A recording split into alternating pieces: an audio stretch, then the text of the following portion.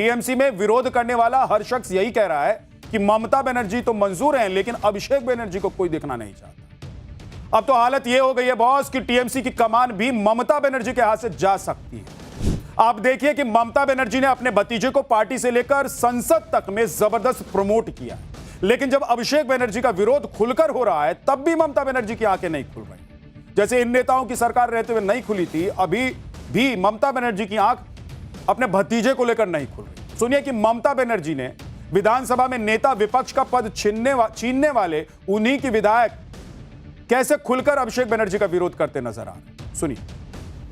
सुखेंदुदा जो बोले हैं वो एकदम सही है। पार्लियामेंट क्विज करने का जगह नहीं है, क्विज मास्टरी करने का अलग सा जगह है, स्टूडियो है।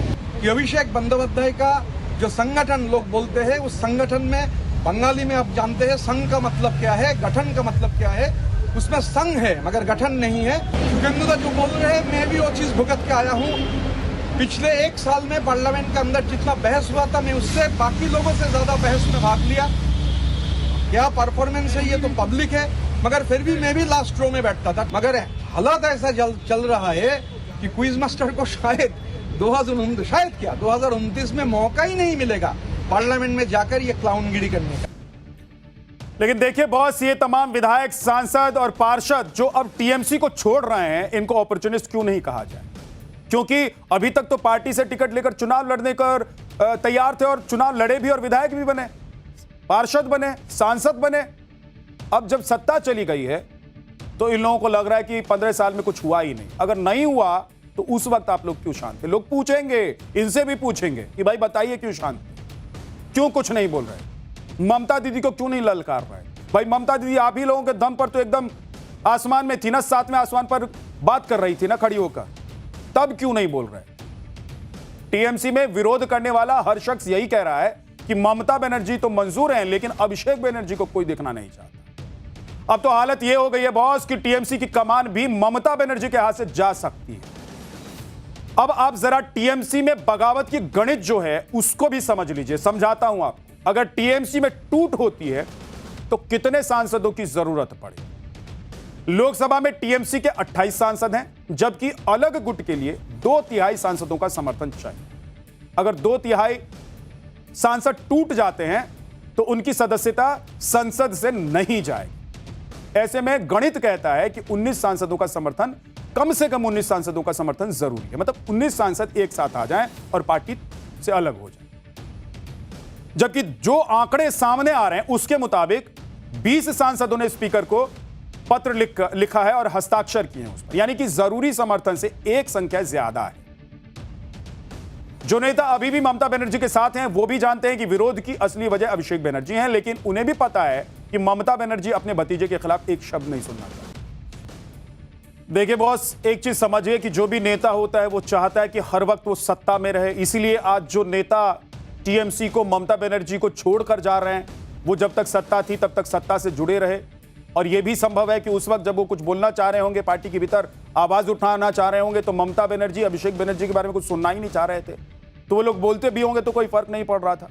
लेकिन आज इन नेताओं को लग रहा है कि यही मौका है, इस मौके पर चोट नहीं करेंगे तो आगे कभी भी आप आगे नहीं निकल पाएंगे, आगे नहीं बढ़ पाएंगे, और बंगाल को भी टीएमसी और अभिषेक बनर्जी से नहीं निकाल पाएंगे। इसीलिए ये नेता अब टीएमसी के खिलाफ बगावत कर रहे हैं। अभिषेक बनर्जी को लेकर टीएमसी में इतना गुस्सा है कि पूरी पार्टी तहस नहस हो गई।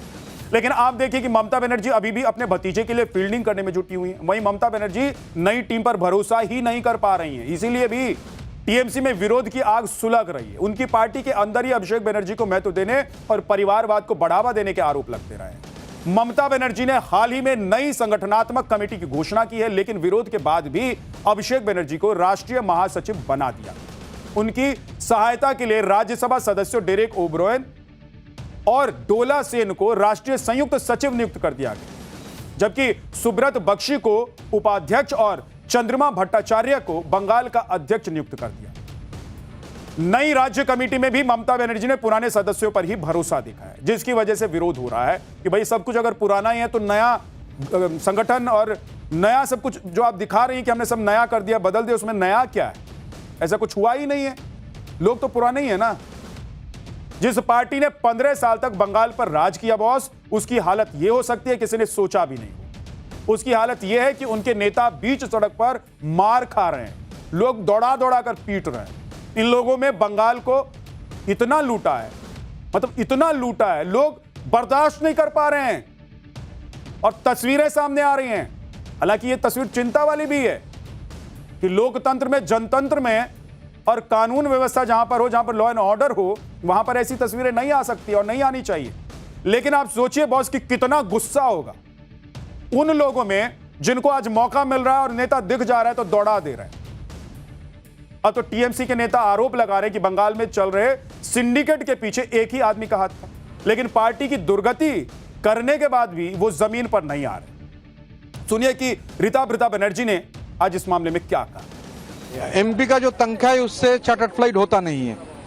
इतना कूपन मिलता है साल भर में, पहले टर्म में 6 साल, फिर 15 महीना, एक साल इधर पकड़ लीजिए तो 7 साल तो एमपी था। कूपन खर्च नहीं होता है और वो भी बिजनेस क्लास का कूपन। तो जाए बिजनेस क्लास में, कौन मना कर रहा है, मगर चार्टर्ड फ्लाइट थोड़ा बंद करे। करोड़ों करोड़ों रुपया, ये किसका पैसा है? अगर तृणमूल का पैसा है तो ये पैसा खर्च हो। आवाम, तृणमूल का ग्रास रूट में जो लोग हैं वो लोगों के खिलाफ मुकदमे हो रहे, अटैक्स हो रहे, तो ये पैसा हम लोग गुजारिश करेंगे कि ये पैसा का इस्तेमाल हो। अभिषेक बनर्जी को अभी तक ममता बनर्जी ढाल की तरह बचाती रही हैं, लेकिन अब उनकी ताकत सिर्फ पार्टी तक सीमित है। आप देखिए कि सीआईडी ने अभिषेक बनर्जी पर शिकंजा कसना शुरू कर दिया है। आज सीआईडी की एक बार फिर से अभिषेक बनर्जी के घर पर टीम पहुंची और फर्जी हस्ताक्षर मामले में तीसरा नोटिस जारी किया गया। अभिषेक बनर्जी को 9 जून को शाम 5 बजे कोलकाता में सीआईडी अधिकारियों के सामने पेश होने के लिए कहा गया है। ममता बनर्जी को समझना चाहिए कि पार्टी में विरोध किस बात को लेकर है। आज उनकी सीनियर सांसद काकोली घोष ने कह दिया कि वो सिर कटवा लेंगी, लेकिन अब और नहीं सहेंगी।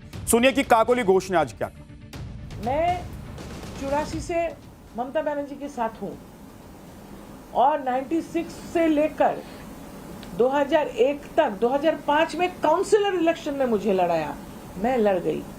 और किसके खिलाफ लड़ी?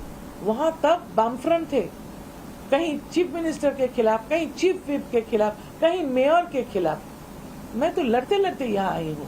मेरे, आप जानते कि नहीं है मुझे पता नहीं, मेरे मामा जी, खुद का मामा, ये 5 दफे का सांसद थे, 5 या 7 दफे राज्यसभा लोकसभा मिलाकर कम्युनिस्ट लीडर थे।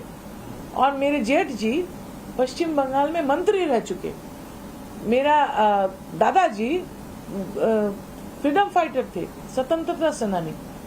मेरा पिताजी भी लड़ते लड़ते मरे। मैं उस फैमिली से हूँ। मेरा सर कटेगा लेकिन झुकेगा नहीं। मैं बहुत सह लिया। ऐसा जो विश्वासघात बोलता है उनको ये याद रखना चाहिए कि मैं 2011 में ममता बनर्जी मुख्यमंत्री बनने का बाद यहाँ नहीं आई। मैं, आप सोचिए कि लोग कितना उबल रहे होंगे, अंदर से कितने जले हुए लोग। अब मौका मिला है तो तुरंत इन्होंने बगावत कर।